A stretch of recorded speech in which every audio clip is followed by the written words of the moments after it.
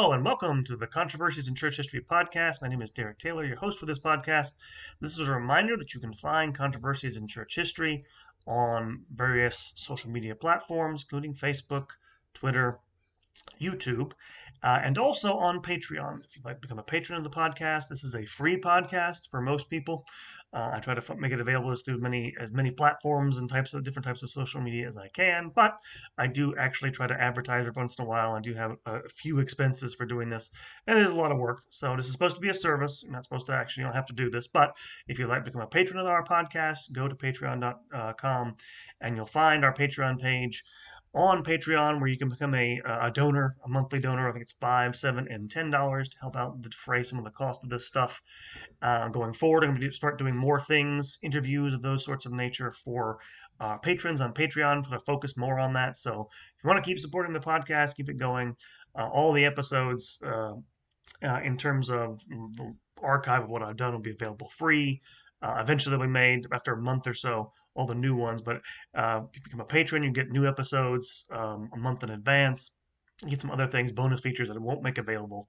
All the regular episodes will be available to all people. So just to help out and say thank you to some of my donors. So if you'd like to do that, please go to patreon.com and think about signing up. Thank you and God bless.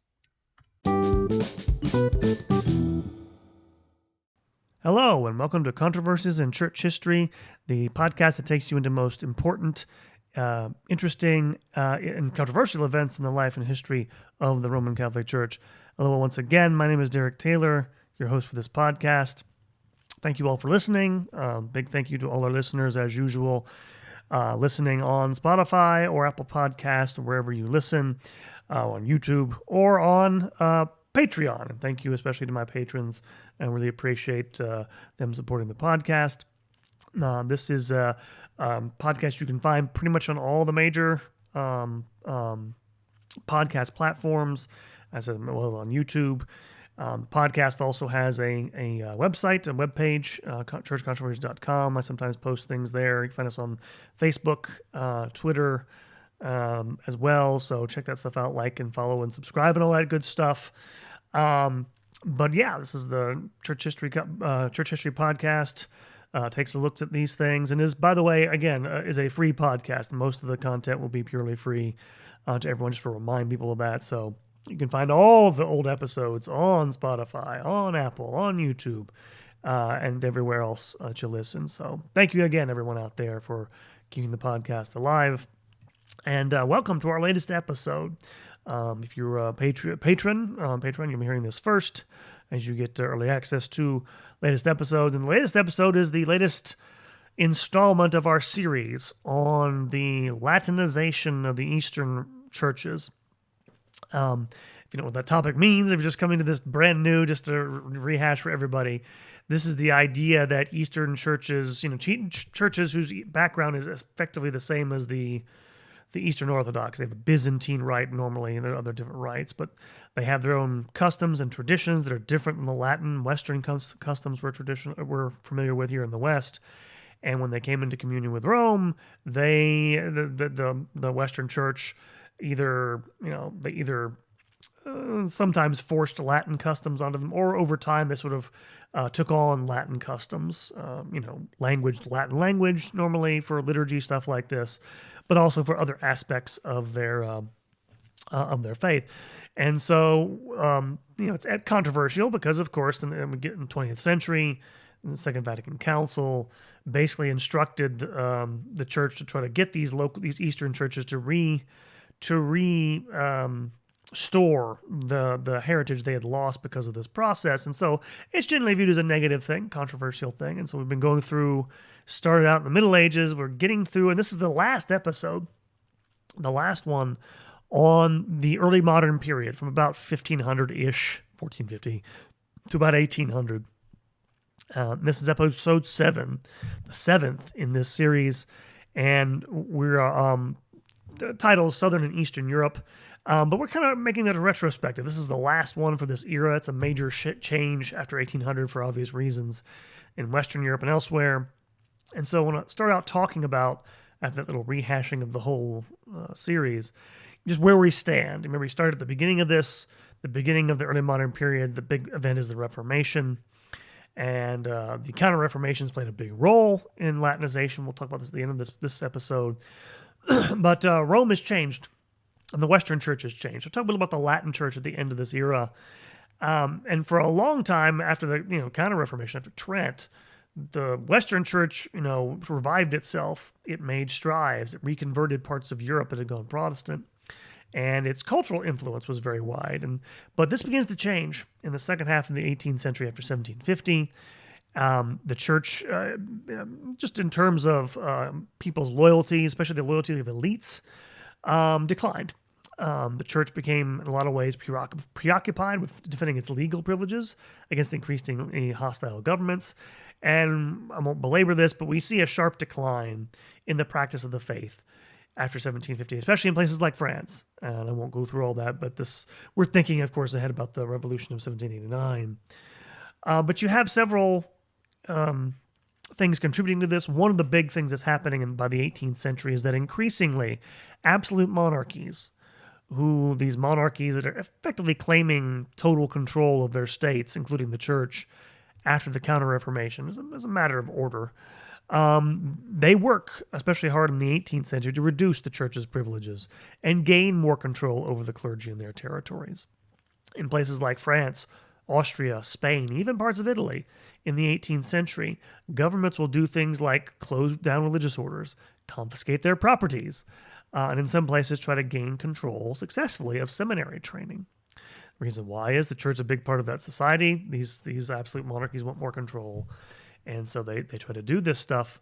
These monarchies, some of them anyway, also pressure the Pope into suppressing the Jesuits in the 1770s. I want to say 1774, but I don't have the date in my notes. I think it's 1774.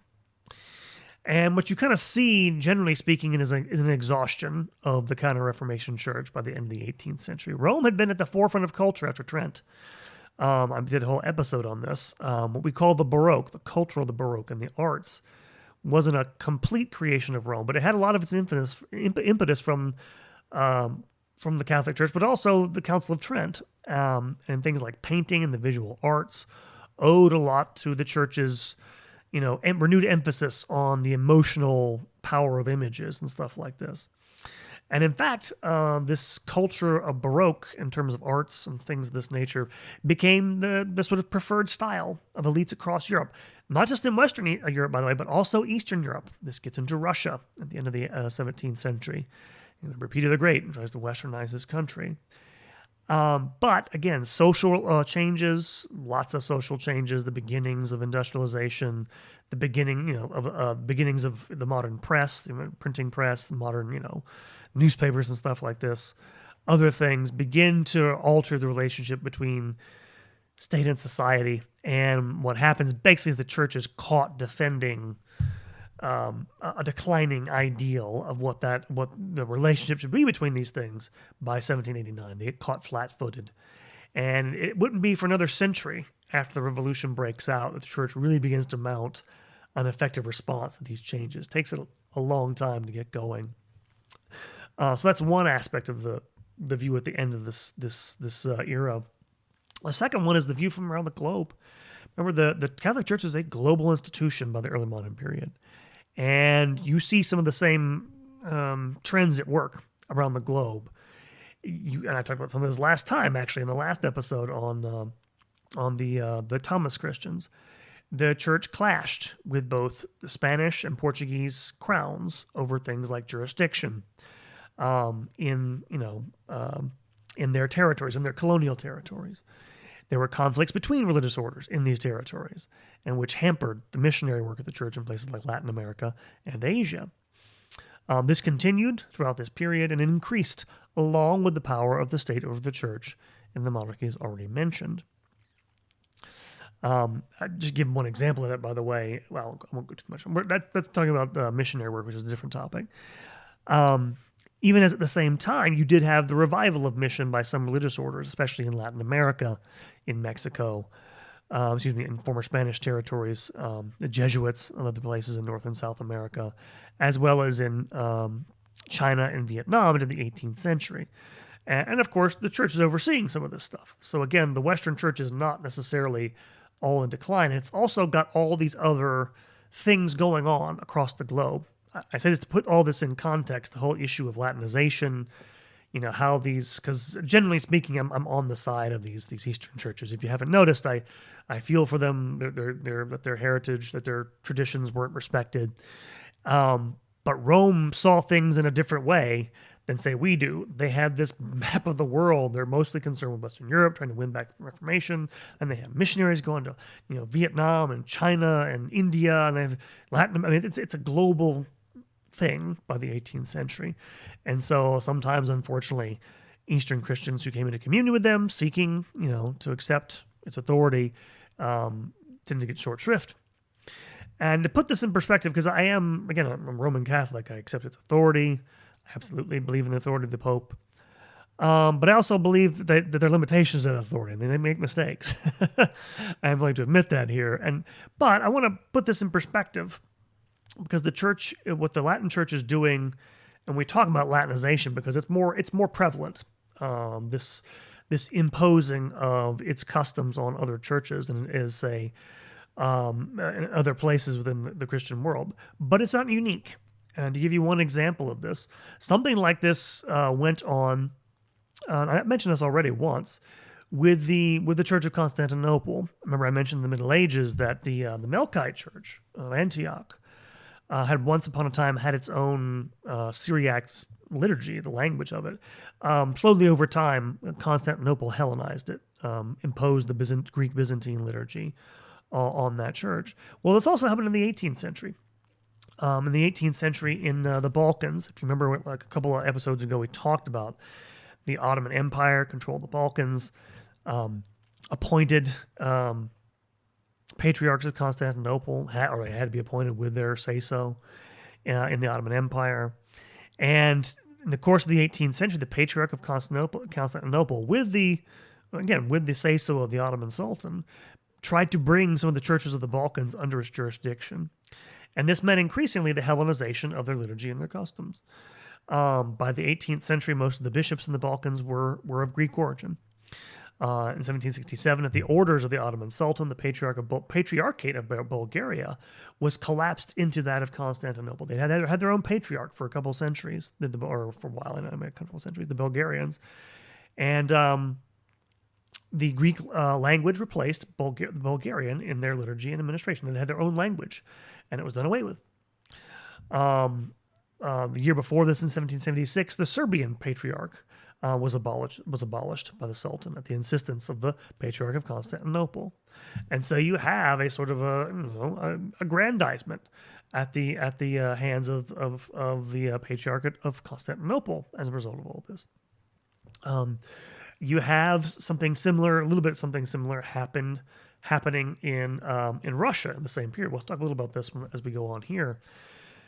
In the 1650s, the Patriarch Nikon, the Patriarch of Moscow, embarked on a series of liturgical reforms. The liturgical reforms had to do with reforming the Russian liturgy according to the usage of the Greeks, meaning Constantinople, according to the current usage in the year 1652, meant to draw Russia closer to Constantinople. This actually caused a schism in Russia. This is the so-called Old Believers schism, who wouldn't go along with the changes to the calendar and stuff like this. If you don't know the background of this, it's not important, but the point is you do have other churches imposing their liturgy and customs on other churches that are not Western. And again, I'm not trying to make, Church of Constantinople sound evil. That's not the point. The point is to show that it's not totally unique to the Latin world. There are some things that are unique to it. We'll get to this in the end of this episode. Definitely at the end of the series when we get there. I don't know when that's going to be, but we'll get there eventually. But there are similar things going on outside of the Western Church, just to put it in those terms. So, okay, let's get into the last episode proper. I'm talking about Southern and Eastern Europe. And mostly in this episode, we're going to be talking about what would have been called in that period the Ruthenians, which encompasses several different peoples, actually. The term Ruthenian used to be something in the Middle Ages that referred to all the peoples we'd call today the Belarusians, Ukrainians, a few other people. And so, but we're talking about Ukraine, basically, when we talk about the Eastern peoples here. And the major thing that happened in this period with regards to the East is Eastern Christians is the Union of Brest in 1596. I've actually done an episode on this, so I won't belabor this too much. We had seen in a prior episode in the Middle Ages that there was a process of Latinization in the eastern part of Europe in the Middle Ages, what we now call the Ukraine, because of the policies of the Polish kingdom and then the Polish-Lithuanian Commonwealth later on, where Polish kings would grant rights and privileges to the Orthodox churches in their kingdom, but rarely respected such rights. Their clergy, the Eastern Orthodox clergy, were generally less well educated than their Catholic counterparts, and they struggled to maintain their faith in the face of Catholic proselytization efforts. Sometimes you would get, Polish monarchs, giving their churches physically to Catholics and stuff like this. And so, what happens by the end of the 16th century, you have concern over this amongst some of these Orthodox in what is today modern Ukraine, leading them to seek out communion with Rome. One other thing led them to seek communion with Rome. And that was that in 1589, the Bishop of Moscow was made a patriarch. It was raised to the status of a patriarchate. And so you have concerns for the independence of the bishops in Ukraine. And this is what the final thing that led them to actually seek communion with Rome. They began negotiations with Rome in the early 1590s. And this culminated with the signing of a Declaration of Union in 1595. This union was based upon a series of articles drawn up by these, we'll call them Ruthenian bishops of Ukraine. They agreed to submit to Rome's authority in exchange for the safeguarding of their liturgical heritage and other customs, and sought the equal protection of their churches with regards to Latin bishops, vis-a-vis the Polish kingdom. So that's why they did this. So they're thinking of those sorts of things. They're afraid of domination from Moscow. They're afraid of proselytization efforts of the Polish. And in practice, the union fractured the Orthodox Church in Ukraine. They tried to get all of the Orthodox in that area to come over with them. The great bulk of them, I think about half of them, refused. Like the majority of them, I'm pretty sure, refused over time. I know over time, actually. Even though the Polish king only recognized the pro-union Synod of Brest in 1596, excuse me. And for several decades, it looked like this might not hold at all. It's only through the efforts of St. Josephat. St. Josephat was a bishop in the Ukraine who brought some of the Orthodox into communion with him in the 1620s until he was martyred by a mob of Orthodox who killed him in 1623. Has helped stabilize this. But it never, the union never brought a majority anywhere near, basically a minority of these Orthodox into communion with Rome by the end of the 17th century. By the end of the that century, though, you did have several more bishops join the communion, so it enlarged itself over time. And in fact, in the 18th century, the Eastern Ukrainian Catholic Church, as we'll call it today, expanded what is today Belarus. You also had one other union formally recognized between these Ruthenian Christians in the 1600s. I'm going to butcher this. The Union of Uzhhorod in 1646. I'm mentioning this because there is a small sort of sliver of mountains in the Carpathian Mountains in western Ukraine today. These are sometimes called the Rusin or the Carpatho-Rusin peoples who had their own separate administration church. They're brought into communion with Rome in the 1640s as well. 1646, the date of the Union of Uzhhorod. So there was this effort to, again, after the Council of Trent, again, there was this counter-Reformation move to reemphasize the church's authority after the Protestants attacked it. And so you have this coming back into communion of some of these Orthodox, and you have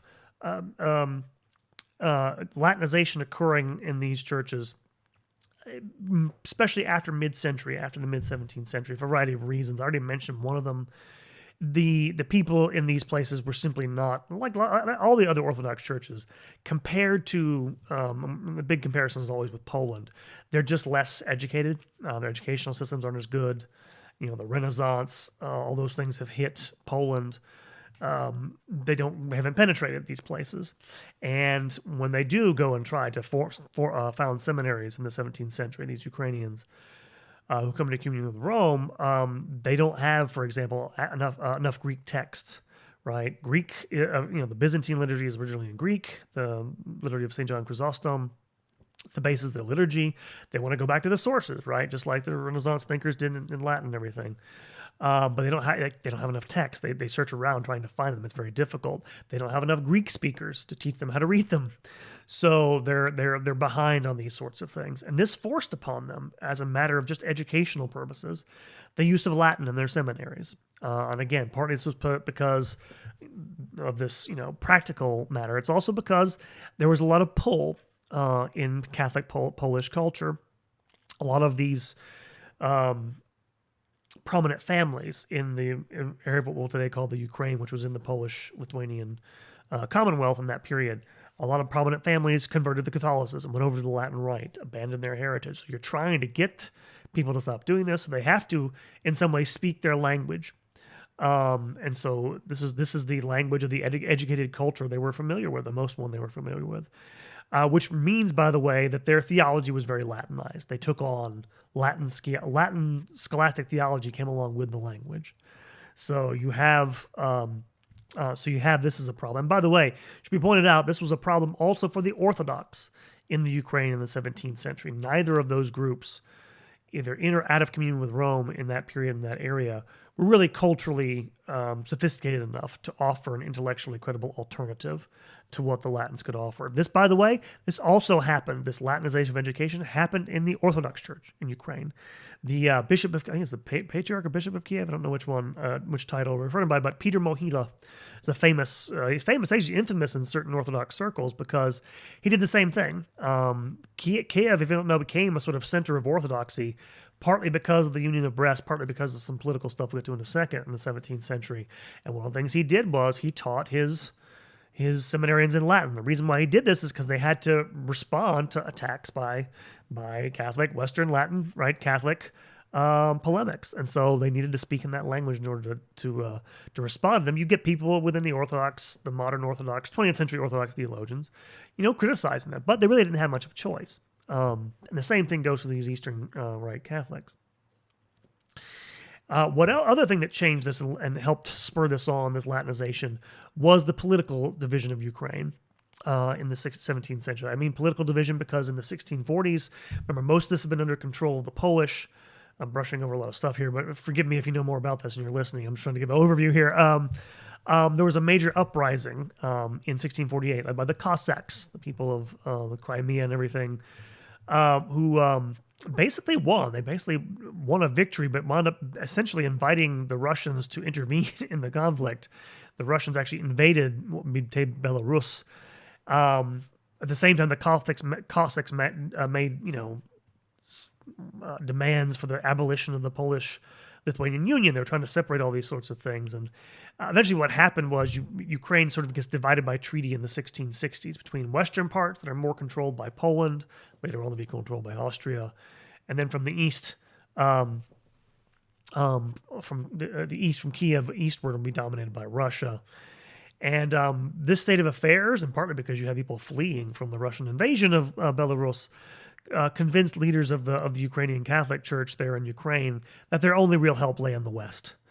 And in fact, you'll have this increasing division. They'll sort of abandon that and look to the West for cultural and theological sustenance in a lot of ways. And so you have this problem arising. Again, it's already happening in the first few decades of the 17th century, but it accelerates after 1650. And again, a lot of things play into this. There's a stigma, and this is why the political thing matters. There initially had been a stigma against Latin customs being, taken on by these Ukrainians, but it diminishes over time. And by the time you get to the end of the century, it's been reversed. Latin customs are seen to be the more stable, the more authentic and everything. And synods, by the way, still there were early attempts by synods among these Ukrainian bishops to put a stop to private adoption of Latin practices, things like all sorts of things. I'll go through some of these in a second. But these synods, there's a famous one in 1720, they do this on the basis of appeals to things like the Council of Trent and other Latin Rite authorities. They've almost abandoned basically their heritage as a normative thing by the 18th century, even though they maintain some of these things. They maintain their liturgical language in some other regards. But on the other hand, you also have just the sort of, again, all the sort of indignities that come with being a sort of religious minority. Just to give you one example, Ukrainian Catholics who went to study in pontifical colleges, because you had these colleges opened up in Rome for these Eastern Christians in the 16th and 17th centuries. While they were there, they were forced to say the Latin liturgy. And this is partly because of, and I'll come back to this at the end of this episode, this is just partly the contempt of the Latins for their heritage. Why? One reason is they are taught, and we'll show you, this is in official church documents, this is papal documents, that Rome is the mother and teacher of all the churches. Its customs and traditions are superior to everybody else's. And they're of universal application. And so anything else is seen to be second. The second thing is you have contempt for people who, again, they're not very culturally sophisticated. And so they look down on them for that reason and see them as being kind of barely Christian in some ways. And this produced, of course, a real strong lack of confidence in their own church and its traditions, and produced a real powerfully felt need for these Ruthenians to prove themselves. They were real Catholics, meaning they could understand Latin theology, take on this stuff. And so even though both rites were equal in theory, I'll come back to this in a moment, in practice, the Latin was always seen as the superior and given preference in this period. I should mention, by the way, we'll come back to this again, but this is partly tied to the idea that the canons of the Latin Church were universally valid. And this is something, as I'll come back to, is a key part of Counter-Reformation polemic against the Protestants, actually. So you're having that affect this directly here. I'll return to that in a moment. So you have all these, you have these sorts of impositions on the Ukrainians. You also have them, it must be pointed out, also adopting things spontaneously. We know there were inter-ritual contacts in a lot of places where all of a sudden, again, without it being forced on them, you have things like, and some things are minor, like the use of organs in the liturgy, or having or saying the rosary and things of this nature in the 18th century. It becomes part of, Ukrainian practice. Eastern was not Eastern, of course, but it's not necessarily heretical or anything. It's not against that, but it's not part of their heritage. And nevertheless, it is something they take on more or less voluntarily. To give one example of this, we have examples of for things like, for example, benefactors who give money to a parish that was, Eastern Catholic Union, whatever you want to call it. And we have, this was fairly popular. They would give them money for saying mass for their family, and ask for the singing of the Dies Irae in Slavic. And these things were translated into Slavic and Church Slavonic. But you'd have Latin practices like that getting into these Eastern Catholic churches, or things like the Angelus, 3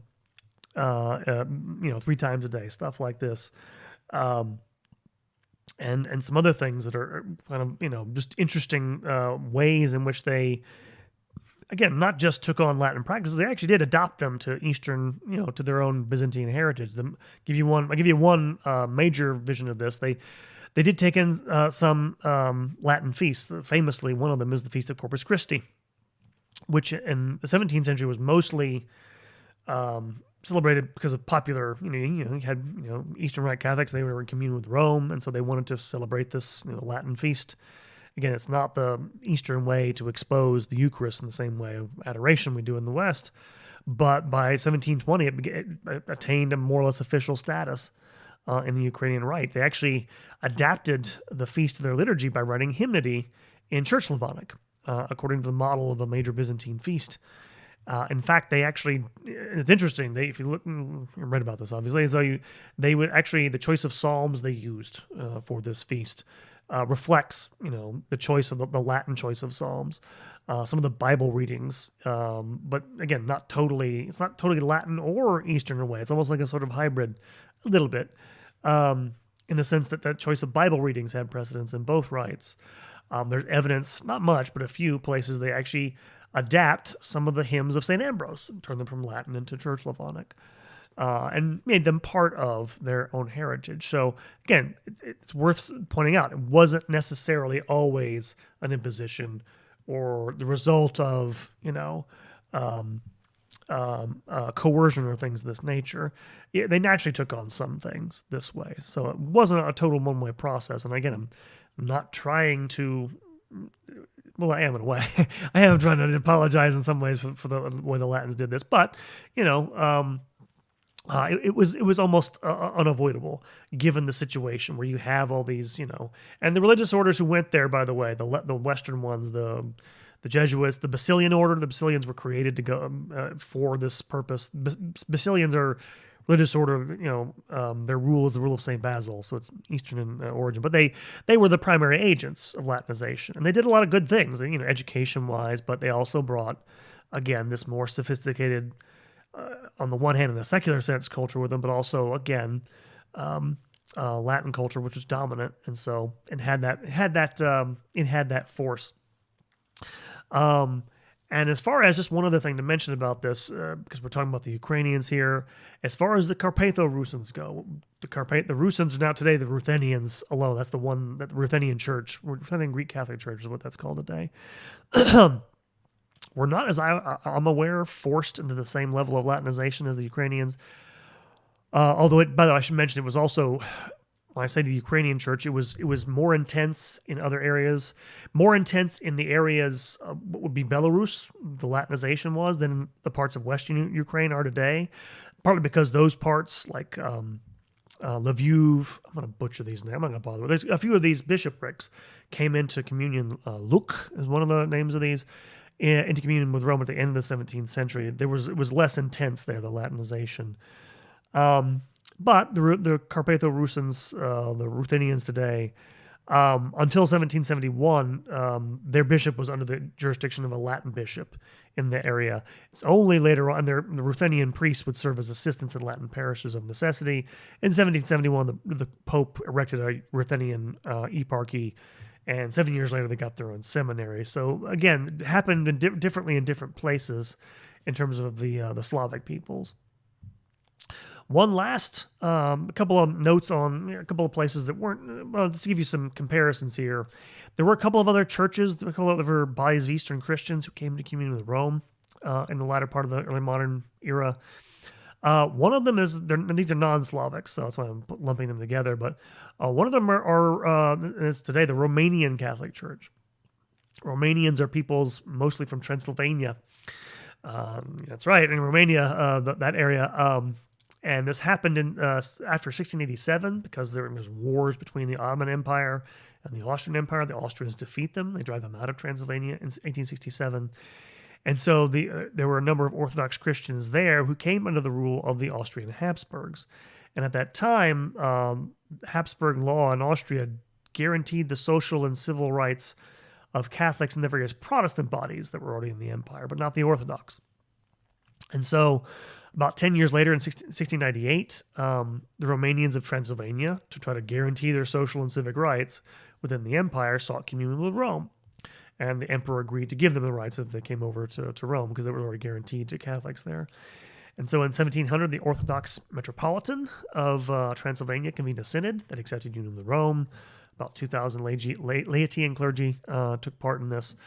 They accepted the Council of Florence as the dogmatic basis of the union. In terms of liturgy and disciplinary matters, they kept their own Romanian rite, in other words, in the Romanian language. And they were even allowed to elect their own bishop metropolitan. So again, they were given a lot of things here. And as far as I'm aware, there was no, at least not a big problem with liturgical Latinization for this church. The second one to mention briefly, there was almost not really a separate, this is a separate church, but the Hungarian Greek Catholics. Again, this is kind of iffy in terms of the geography because so many things changed since the 18th century. But in the 18th century, a number of Protestants became Catholics of the Byzantine Rite under the authority of other non-Hungarian Byzantine Rite bishops, Byzantine Catholic bishops. However, many of them pressed for a liturgy in Hungarian, which the Byzantine authorities refused. Interesting enough, they actually did privately publish a Hungarian translation of the Liturgy of St. John Chrysostom privately in 1795, but it wouldn't be to the 20th century until the desire was addressed. So some interesting contrast here, and again, the Hungarians are a tiny minority in that area, and of course, a lot of them are former Protestants, so it's interesting the differences. The way they're treated, and I don't know the reasons, by the way. For example, the Romanians were treated so different. I think there were several 100,000 by the time you get to the 19th century in terms of people coming into communion with Rome. I could be wrong with the number, but again, different treatment for different purposes, partly because of different political situations in that regard. So that's Eastern Europe in terms of Latinization. One last element in this, when I talk about Southern Europe, this is kind of an odd thing here, but there are two Eastern Rite Catholic churches that have no parallel among the Orthodox. One of the Maronites, the other is a church you probably never heard of. It's called the Italo-Albanian Catholic Church. And it forms probably the most depressing part of this narrative, the latter part of the early modern period, as being probably the worst example, unfortunately, of Latinization, especially when you know the origins of this church, which is based in Italy. Because the Italo-Albanian Church, Italo-Albanian Catholic Church, was formed from what had used to be sometimes called the Italo-Greek churches of Italy. That is, churches of the Byzantine Rite who had been there before the Great Schism in 1054. And also parishes of Albanian descent, which date from the 15th century, because you had refugees coming from the Byzantine Empire in the 1450s from Albania, who were Orthodox, found refuge in Italy, and came into communion with Rome. By the time this happens, by the way, in the 15th century, there's not many actual Italo-Greek churches left, because they either were Latinized or passed away. The main one that's still left, by the way, is the monastery of St. Nilus, N-I-L-U-S, St. Nilus at Grotta Ferrata, south of Rome, which is, I believe, still run by the Basilians, I think they have 6 monks there. 6 monks, excuse me. It's the sort of lone thing, I think the lone one surviving. It was founded in the year 1004, half century before the Great Schism. And so these two groups meld together in the 15th century. And so all of a sudden you have a bunch of people coming into Italy, to Latin bishops in Italy who are really, really not familiar with Greek customs, to say the least, because there were hardly any Italo-Greeks left by then. So this caused lots of problems, and these Latin bishops showed a lot of contempt for the newly arrived, formerly Orthodox Christians now under their jurisdiction. And several popes throughout the 16th century intervened to confirm the rites and customs of these Italo-Albanians and Greeks, but they desired them to be under the jurisdiction however, they would not grant them their wish, which was to be under the jurisdiction of a bishop from their own tradition, which is a problem because as the century wore on, especially in the middle of the 16th century, you'll note the date here is significant, the suspicion of these Latin bishops grew, and they started making accusations of both heresy but also insincerity against these Italo-Albanians. Insincerity, that is to say, they were insincere in their protestation that they accepted the Catholic faith as Rome defined it. And this led to, in 1564, these accusations to Pope Pius IV issuing a constitution called Romanus Pontifex, revoking all the privileges that had been granted to Greek institutions since the time these people came into Italy in the 1450s, and subjecting them fully to the jurisdiction of Latin bishops and ordinaries. In this constitution, the Pope said he did not mean to discourage the Italo-Albanians from preserving their Greek heritage or trying to force them to become Latins, but without their own bishops to sort of defend them, or their own seminaries. They didn't have their own seminaries. This rather naturally led to a decline in numbers and a decline to the institution of that particular church. And note the date, by the way, 1564. That's the year before the Council of Trent. That's a year after the Council of Trent, I should say, came to a close. So we're in Counter-Reformation mode now. And there is this real sense that, church needs to, circle the wagons, needs uniformity. So there's a lot of this going on in Italy. Other popes try to help, and they try to help. I say try, they wind up making things worse, unfortunately. In 1593, Pope Clement VIII, if you remember, by the way, if you listen to my episode on the Union of Brest, he is the Pope who makes the Union of Brest happen between the Catholic Church and some of these Ukrainian Orthodox coming to communion with them. He responds to the concerns of Latin ordinaries.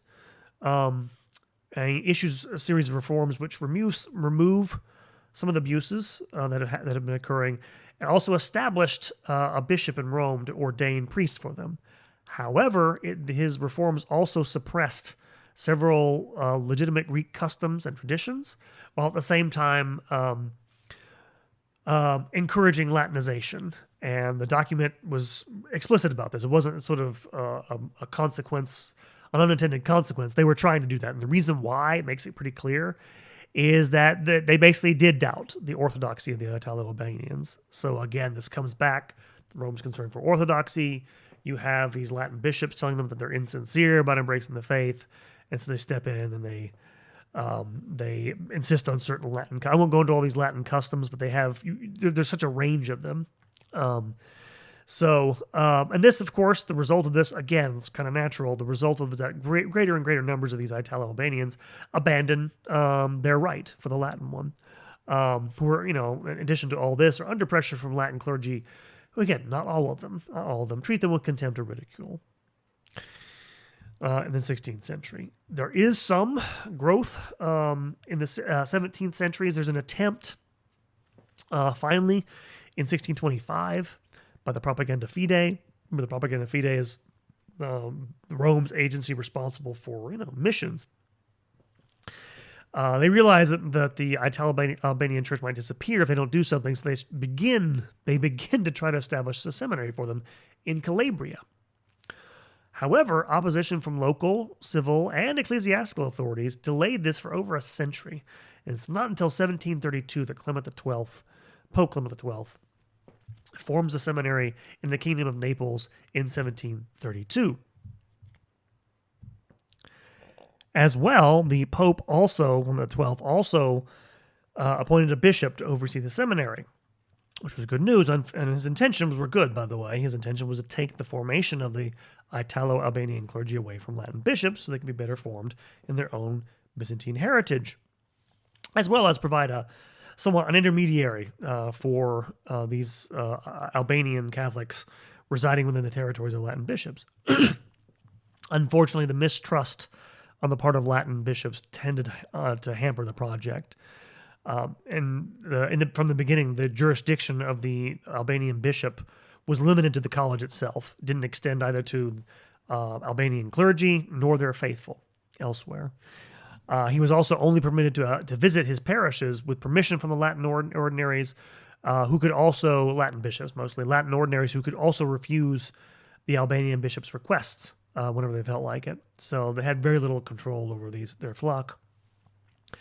And both Latin prejudice, but also, it should be pointed out, I'm going to go through the readings, also the inadequacy in some of these administrators of these Italo-Albanian, of the seminary there, undermined its effectiveness. So they had problems other than Latin prejudice, which was the major problem. Things were a little bit better in Sicily in the early 18th century. Partly to the efforts of one particular priest named Father Giorgio Guzzetta, who was an Italo-Albanian himself, and a member of the Oratory, the Congregation of the Oratory. And he founded an oratory in Sicily in the 1720s, where he gathered together some celibate Byzantine priests. Within a few years, they were able to open a school for young boys. And then finally in 1734, the oratory also, not the oratory, but they also got to open there an Italo-Albanian seminary near the Greek parish of St. Nicholas. And again, to try to, again, educate them in their own Byzantine heritage. And Father Guzzetta also began the process with Rome of getting Rome to provide a bishop for the Albanian Catholics of Sicily, which Pius VI finally does several decades after his death in 1784. A little bit things did improve there to a certain degree, and it did survive, the church did. Excuse me. There were still papal interventions in the 18th century to try to correct problems that were still going on. Most notably, Benedict XIV, remember him of Alate Sunt, who tried to intervene on behalf of Middle Eastern Catholics in the Middle East. In that document, issued a document called Etsi Pastoralis in 1742, meaning to solve all the jurisdictional problems, especially. Again, this is a big problem. These conflicting jurisdictions ate up a lot of time in these proceedings. However, again, the problem with the document, and you find this essentially the same sentiment in Alate Sunt, proceeded from the assumption that the Latin rite was de facto superior to all the other rites because Rome was the mother and teacher of all the churches. Even though his stated goal was to preserve the Albanian heritage, Benedict XIV actually imposed further Latin usages on them, including, for example, reciting the Filioque clause in the Creed, where it wasn't already recited already. So again, at the same time, there's this idea, hey, if you submit to Rome, we'll let you keep your heritage, but you have to sort of prove you're actually Catholic, which means, hey, accept some more of ours at your expense. And so even Benedict XIV, who, and we'll come back to him in a second with the Latte Sunt, there's this tension between these two principles of wanting to protect all the rights, all the ancient rights, they're all equal, but Rome, of course, is better than everything else. We'll come back to that in a second. And wherever these reforms were vigorously enforced, you had renewed conflict between the Latin bishops and the Albanians, and this stuff proved harmful. One of the things that helped the Italo-Albanian Church to survive all this, by the way, is that it was not everywhere put into practice this way, mainly due to two things. One, the resistance of the Italo-Albanians themselves, but also because of governments, particularly in Naples. The Neapolitan government refused to grant etsi pastoralis, what's called an exequatur, basically their permission to sort of put into public law Rome's documents there. In other words, they refused to enforce it for a variety of reasons. And so again, what in other settings, these civic governments sometimes often were the vehicle for Latinization for political purposes. And other places like this, they impeded it for political purposes. And so you have this as a situation at the end of the 18th century. And so this is the last of our just talking about which peoples were Latinized and why in the early modern period. As we come to an end, just want to wrap things up and talk a little bit about things at the end of this era, where we're at, where we're going. First thing to note about is that, the early modern period is a period, look, I'm obviously being critical of this, but you have to say Rome made an effort to reconnect with Eastern Christians who were outside of its communion. In the East, in the eastern part of Europe, Ruthenian, Romanian, Hungarian, other Slavic peoples, tries to come back in communion with them. In the Middle East, the Maronites, the Church of the East, not Melkites so much, a few other peoples, Africa, the Copts in Ethiopia, as far afield as India and other places. They are trying, again, we'll get this in a second, very much according to their own lights, and not without a whole lot of understanding of these people in many, if not most instances. They are trying to reunite the church. So that's one thing. We'll put that there. We have to at least give Rome that credit.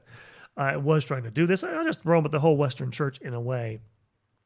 The thing we need to talk about here, because this is the major change in this period, is the Counter-Reformation. What difference does that make in terms of, this imposing on these people's heritage and customs and traditions? And as I pointed out throughout this first part of this series, it wasn't always without, from Rome's point of view, cause, right? Or from the Latin's point of view, cause. Sometimes there were problems. There were justifiable concerns about orthodoxy. We mentioned this with the Thomas Christians. They denied Mary's title, the Mother of God. That's a heresy. These things aren't minor issues. But on the other hand, you had something else at work there, and this is something that Eastern Catholic scholars, people have talked about this, have mentioned, is this very much a Counter-Reformation idea that Rome has, that there's one jurisdiction, Rome's, but many rights. The idea that as long as these Eastern Christians accepted Rome's universal jurisdiction, then you can sort of have your rights. And I hate to do it, but like if you like your right, you can keep it. was that Obama's? Yeah, if you like your coverage, you can keep it. And so a lot of times that was the case. It did in some ways, but it came along with this other idea, which is that all rights all Orthodox rights, and all ancient ones definitely. Rome never had any suspicion per se of the never has had any suspicion about the orthodoxy of the Byzantine rite, because it predates the Great Schism. All Orthodox rites are acceptable as long as they submit to the jurisdiction of Rome. The problem with this is that in practice, Rome found it impossible to ensure equal treatment, even with those Eastern Christians who earnestly and honestly accepted Roman authority. And when you think about it, it's a little bit weirdly to me when I thought about this. I've mentioned this several times, and I'll mention it here. People who have addressed this issue of Latinization sometimes, I think, have proceeded from what is an anachronistic assumption about, the equality of all cultures, like the multiculturalism. But in a weird way, this Counter-Reformation attitude of the papacies, as long as you accept the right, you're all equal, is a little bit like that. Because in fact, the matter is, it's almost impossible to treat all rights equally everywhere, for reasons that should be obvious. Because partly some of these people, when they come into communion with Rome, they're a minority among their own Orthodox churches.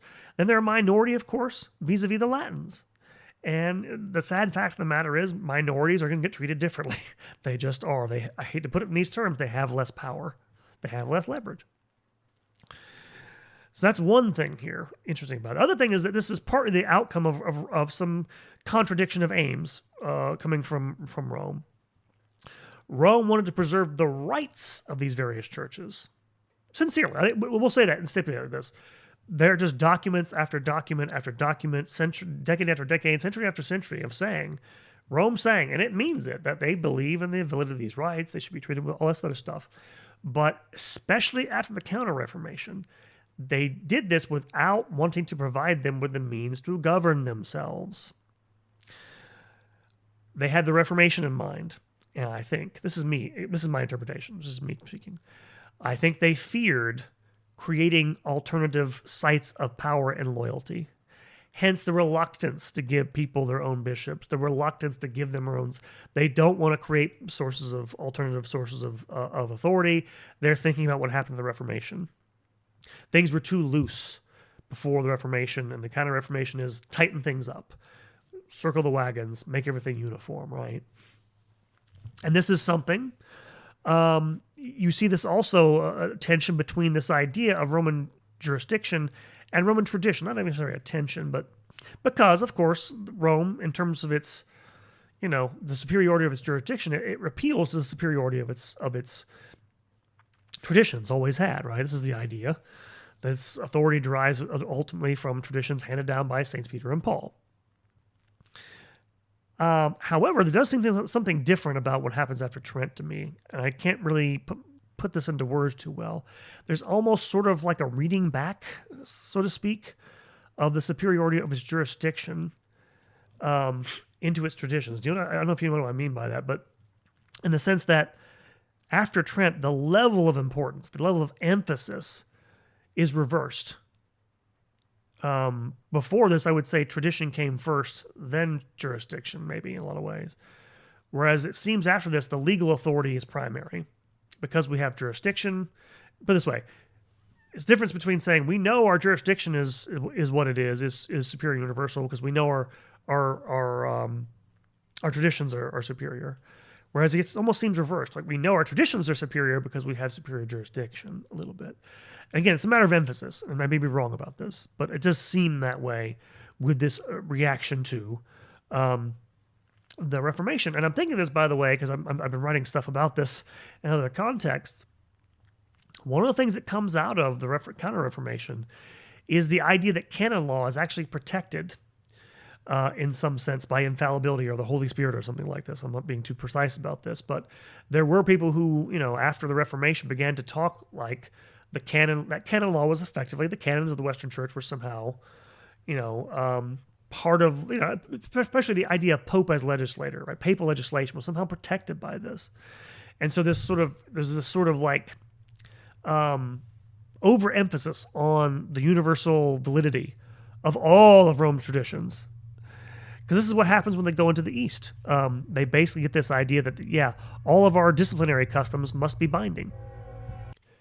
And I don't mean to suggest that, again, things that probably similar to this can be found in previous eras, but there does seem to be this idea that's being pushed because Rome's authority was, attacked by the Protestants. That seems to maybe have spilled over into its dealings with the Eastern Catholics. That are not only our doctrinal pronouncements, but our disciplinary legislation is somehow superior to all others, and has sort of universal validity. Seems to be something that's a legacy of the Counter-Reformation, at least in terms of emphases, if nothing else. And finally, just a couple of thoughts about this in terms of continuity and change. And again, we've seen this in every era here. Rome, as in previous centuries, based its interventions on concerns for orthodoxy, concerns for its jurisdiction, as what it sees itself as the universal primate of the church. I've always been a part of that. Again, as I mentioned before, I think this took on a life of its own, perhaps with the Counter-Reformation. And so that's maybe one thing that's a change here. Another thing that I'm thinking about this, just in terms of what facilitates this, maybe the role of printing, because if you think about it, of course, everyone acknowledges the role of the printing press with regards to the Reformation and what it did. But you could even think of the printing press making it more easy for Rome to press its claims as being universal, because now it can sort of reproduce copies of its claims to do this. So I think maybe the use of print as well couldn't have been possible. Latinization seemed to me to be a harder thing to pull off in the Middle Ages. It happened, of course, we talked about that, but it just seems like there's a different, obviously different in a lot of ways, different era. But technology had to play a little bit of a role in that as well in terms of change. But one thing that didn't change, and you've seen this throughout this period, is that Rome, and this has happened in the Middle Ages, but it happens obviously in the early modern period too. Rome often didn't have the power to enforce its intentions with regards to these Eastern Christians, to preserve its rights at a local level, or what else it wanted to do, and had to work through intermediaries to get this done, either civic governments, the Spanish crown, the Portuguese crown, or other religious orders like the Jesuits. As we've seen throughout the early modern period, sometimes have negative impact, because the other actors had different agendas, and sometimes they took advantage of the situation. That's one of the reasons why they didn't. Rome wasn't able to always make good on these promises they made to some of these Eastern Christians. But the sad fact of the matter is that, again, most of these people coming into communion with Rome that suffer from Latinization, they were a minority, and minorities always sort of get the short end of the stick. Anyway, that is it for the early modern period. That's it for this episode of Controversies in Church History. Hope you enjoyed it. Next time, we're going to move in terms of this series into the modern era. I have no idea when the next one's coming out. I have another episode planned to get done before then. Could be a while. I'm working on writing projects and things of that nature at the moment. Plus, we have the holidays coming up, with Christmas and everything. But moving to the modern era from 1800 to the present, we'll talk about this stuff. We'll definitely have. Maybe I'll do the first one because I don't know if we're going to go chronologically. We can't do it. We haven't been doing it here in the early modern period, but may the next one may be on the Ruthenians, as particularly the Ruthenians in America. That's the major one I want to get to maybe next time. But also I'm going to have probably an episode on the Melkites in the Middle East, the Maronites in the modern times. We'll come back to definitely come back to the Syro-Malabar Church and the former Thomas Christians. And then we'll end with an episode on Vatican II and the changes it initiated. So probably another half dozen episodes of this series, which is why it's the last one I'm doing. This is way too much work. I can't. It's just killing me. It's killing me, all that stuff I have to do for this. But a while before we get finished. But sometime in the new year, we'll get started on it, probably January. Look for that. Going forward, we'll hope to have not before Christmas, before the end of the year, at least one other episode, probably a short one, probably a Catholic Lives thing, a little mini biography of a non-canonized Catholic. So have one of those on. It should be a pretty interesting one for you. Oh yeah, I forgot to tell you which one it was. Baldwin IV, the Leper King from the Middle Ages, the Crusader King. So we'll talk about him. That'll be the Catholic Live coming up. And then I will have sometime, probably in January 1st, maybe if I get it done before the end of the year, a standalone episode on the liturgical movement, the modern liturgical movement, starting in the early 20th century and going up to Vatican II. I've been working on that for a while, so hopefully you guys will enjoy that too. Also have in the works, again, probably in the new year, another interview. This would be an interesting topic for some of you. I have someone who is it's kind of weird, but he's actually an Anglican, and he's going to talk about Thomism in the Anglican tradition. That's right, the use of Thomism and Thomistic theology in the Church of England and its descendants. So I hope that'll be an interesting, definitely different one for you anyway. And I'm working on some other stuff as well in terms of that. Can't think of anything else, but again, I want to thank everybody for listening. Thank you all the listeners. Really appreciate your support. Please keep telling people about the podcast.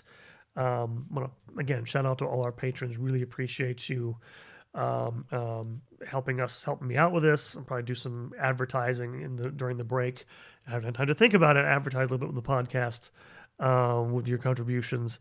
And anybody else wants to do that, you can go to Patreon, find the Controversy in Church History Patreon page and donate if you like. Remember, we're available on everywhere: Spotify, Apple Podcasts. I'm on YouTube.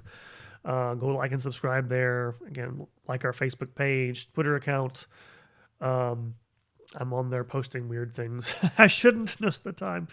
And of course, with our website, which I have links to my articles. I have a couple of articles. One thing, I have a couple of articles coming out in Crisis Magazine. They're going to run it's a 2-parter over 2 Saturdays, they said. One of them will be, it's actually on the Orthodox, the Russian Orthodox writer, Fyodor Dostoevsky. So it'll be interesting, I hope, for some of you. And also, yes, ask you for, well, first of all, is wish everyone a happy Advent. Hope your Advent's going well, Advent season. Wish everyone a wonderful and blessed Christmas season. You're a great feast of Christmas, hopefully. Ask me to keep me in your prayers this time of year. And again, I mentioned I'm working on writing projects. If you haven't mentioned it before, I finished a novel in the past year. I've been trying to find an agent for that. I'm actually working on the second in a series of this. So please keep that in your prayers if you would. I'd appreciate that. But in any case, thank you guys for listening. You'll hear from you soon. If I don't hear you before then, have a wonderful, safe, and happy Christmas. God bless you all.